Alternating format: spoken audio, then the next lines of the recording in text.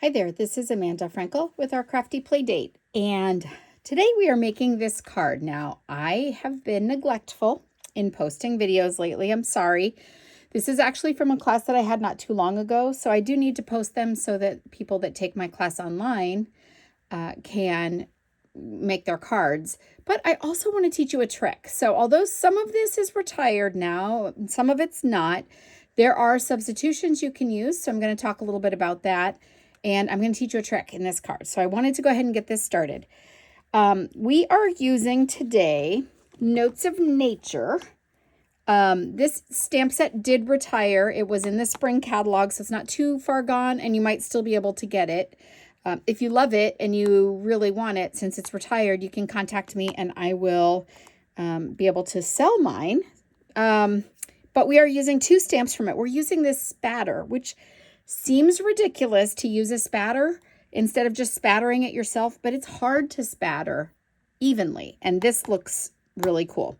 We're using that, and we're also using the Just a Little Note to Say Hello.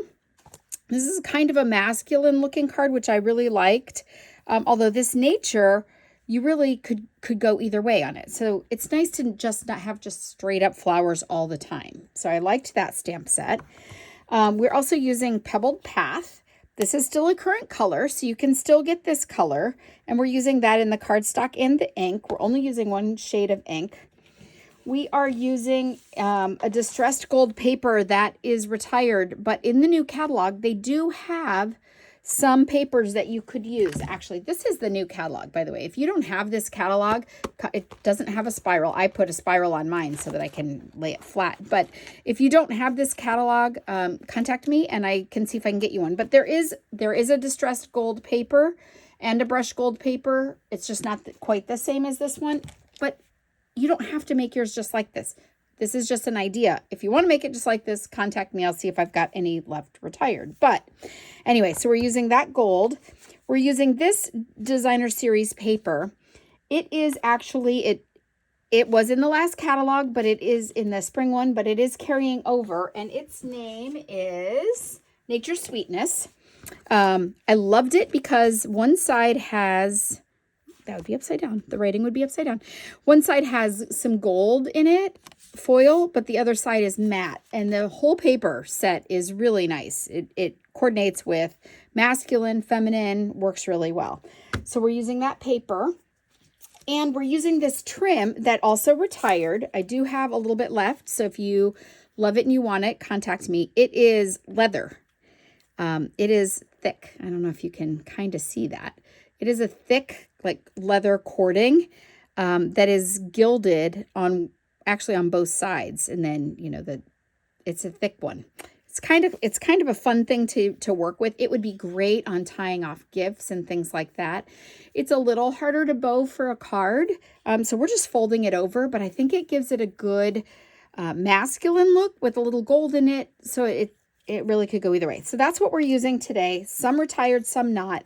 The punch that we're using, that we punched that out of, I'm going to show you. That's where the trick comes in. This is a really old punch. This is called the Story Label. And it retired a couple of years ago. And the reason that I want to show you how to use this in a different way is because you have punches in your collection and they may not always be exactly what you want. If I put this sentiment, let's just flip this over so you can see. On this, it just leaves a lot of white space, and then I don't have any gold behind it. So I do want the gold behind it, but I also want some white. So this is the trick. First of all, don't ever get rid of your punches. I almost never resell my punches that have retired because I just use them again. But this is the trick. I've got a strip here that is 1 inch wide.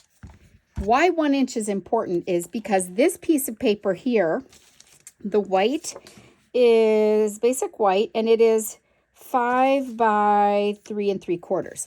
So if I'm cutting this out of an 8.5 by 11 to get lots of pieces, I would get 4 out of a sheet. Since it's 5 here and it would be 5 here if I did it lengthwise, a 10-inch sheet of paper really would come out of an 11-inch, right? because it's 8.5 by 11. So I'm cutting off an inch on one side and an inch on another side, and then half and half. I get 4 of these, and I have these inch strips left. What do you do with them? Well, I use them for sentiments, but in this case, we're going to use it for punch. So what I actually want to do is flip my punch over. Instead of punching like this, a lot of people punch like this. I never do. I always punch with it upside down in my hand. I am actually going to thread my paper in here and then kind of eyeball. I want the little cut-ins there. I want those in my paper as much as possible. Kind of like that, I think. Let's look at that. Okay, and that piece right there is what gives me the piece that I'm putting it on. And then I'm just going to layer it on top of here. So it gives me an outline border on my label. Can you see that? Maybe if I take that out from underneath. It gives me an outside label. It doesn't stick too far out all over the place, and it leaves me something that I can pop up. It's important to pop it up because of this thick ribbon. So let's get started. Okay, now that I showed you that cool trick, a cool hack. All right, so we are using Pebbled Path paper. Pebbled Path is hard to say fast. It is one of the in colors that stayed.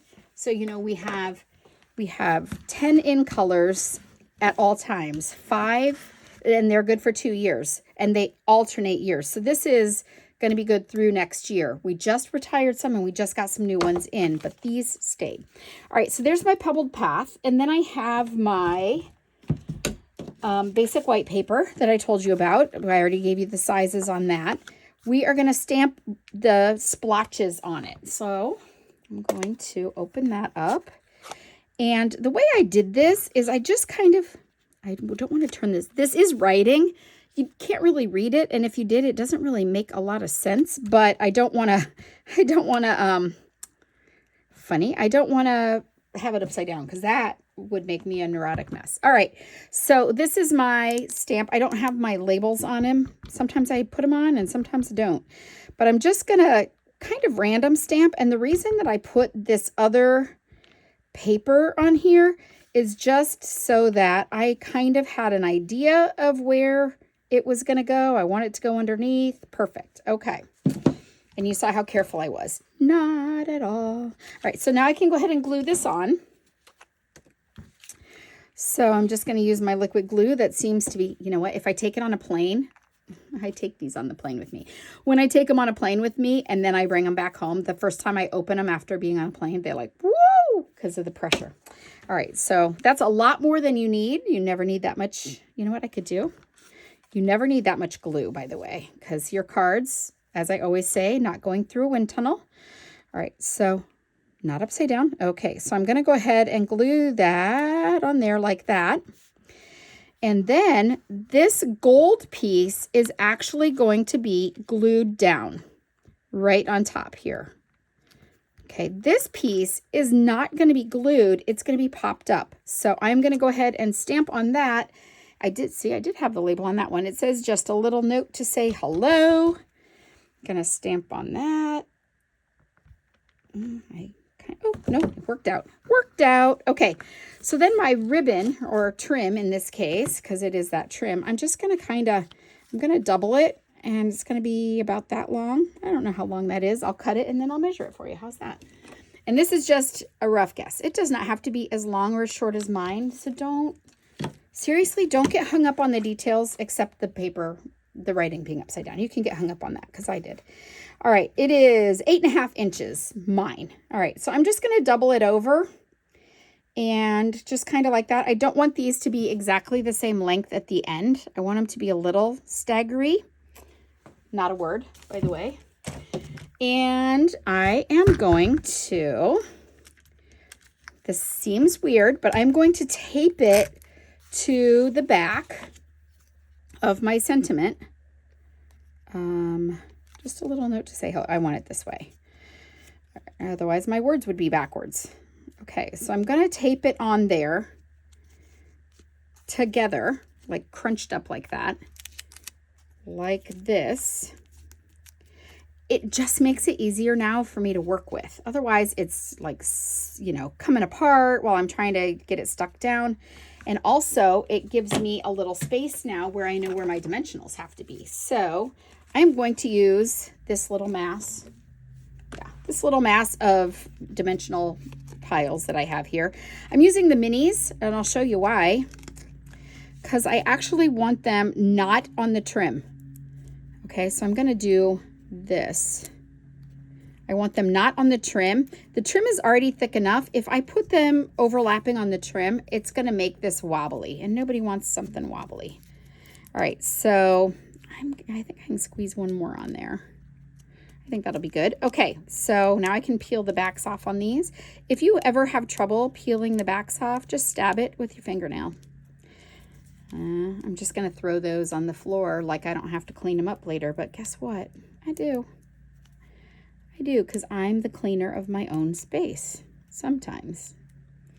All right, let's see. Not sometimes. I am always the cleaner of my own space. I just only clean my own creative space sometimes. That's more accurate. Okay, so there it is. I'm going to glue that on there. I'm kind of matching up this edge, this little squared off edge, to the squared off edge on the gold to stick it down. There you go. And now I'm going to stick this on the front with my spewy glue. Woo, look at that. All right. Make sure I'm not gluing it on upside down. I'm going to glue that right on the front here. Now, this is a little bit smaller than a normal card panel. And in this class, I think I did all of them this size. I like this size sometimes because it gives you a wider frame around the outside. So normally you would have a quarter, it would just be a 1/4 of an inch smaller. So this right here is going to be, let's see, this is 8.5 by 5.5. So it would be 5.5. So wide here, it would be 5 1/4 minus 5. Remember, so I'm just a 1/4 of an inch smaller. Doesn't make a lot of difference, but it actually does on a card when you get a bigger frame. Just something to think about. That's it for this card. I hope you liked it. If you see something you like here, and I mentioned that it's retired, send me an email or make a note in the comments below, and I will get back with you about the prices on selling it. Be sure you include your email address. If you are interested in anything that's not retired, I will list what I used in the description below, and you can order it right from my 24/7 website. If, let me see, there was another if there. All right, well, I can't think of it. If you don't have a demonstrator of your own, I would love to be yours. Oh, I remembered. Okay, if you saw something you like that's retired, check on our clearance rack. Every once in a while, it will be posted on the clearance rack for sale, and you might be able to pick it up there kind of cheap. And you can get there through the same link that I'm going to attach. I'll attach just a general one to my store as well as to each item. So that you can go to my general store and then just go to clearance rack and see. Sometimes they post things, and it's always a fun place to keep your eyes open. All right, thank you for stopping by. We'll talk to you soon. Bye-bye.